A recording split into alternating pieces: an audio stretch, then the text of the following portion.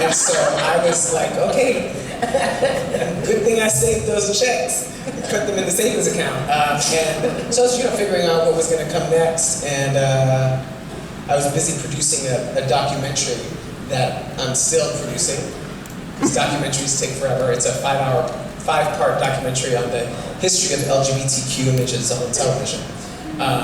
Anyway, I digress. And my phone rings out of the blue, and my manager calls and says, "You've just been offered a role on Star Trek." And I was like,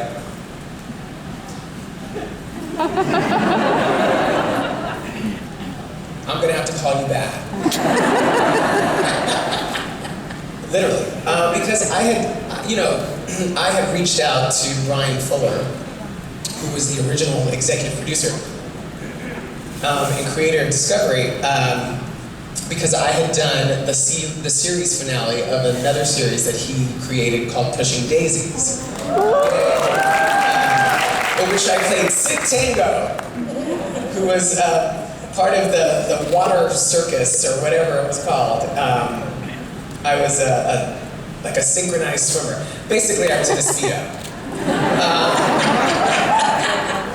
And an orange jumpsuit that somehow I turned into fashion. But anyway, and Aaron Harberts and Gretchen Berg, who took over for Brian Fuller, because they were on his writing staff, wrote that episode of Pushing Daisies. So anyway, before all of that, when they announced that they were making a new Star Trek series, I reached out to Brian Fuller on Twitter.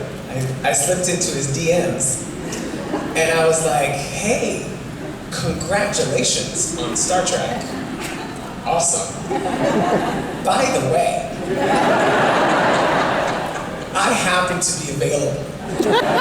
So, if for some reason there's room for, a gay Puerto Rican, I'm your guy. So he was very lovely. He answered very quickly, and he said, absolutely, I remember exactly what he said. He was like, absolutely, I would love to see you in a Starfleet uniform. And I was like, me too. Meanwhile, I have the best Starfleet uniform. But, so anyway, so then months passed, and Aaron and Gretchen took over, and I was aware that the casting process was happening, and I saw that they hired my good friend Anthony Rapp as the first gay character on Star Trek.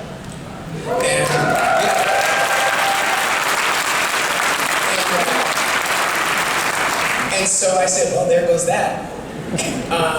But I called Anthony, and I was like, babe, congratulations, I'm so happy, and I really, really genuinely was. And I said to him, have you met, because I knew it was offered to him. I said, do you know Gretchen and Aaron? Have you met them yet? And he said, no, I can't wait. I said, well, I happen to have their telephone numbers. And so I hooked them up on a text chain, I think, or an email chain or something like that.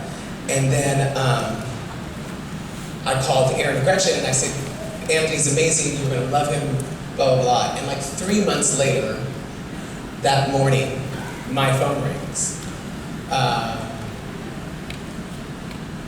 And the rest, as they say, is canon.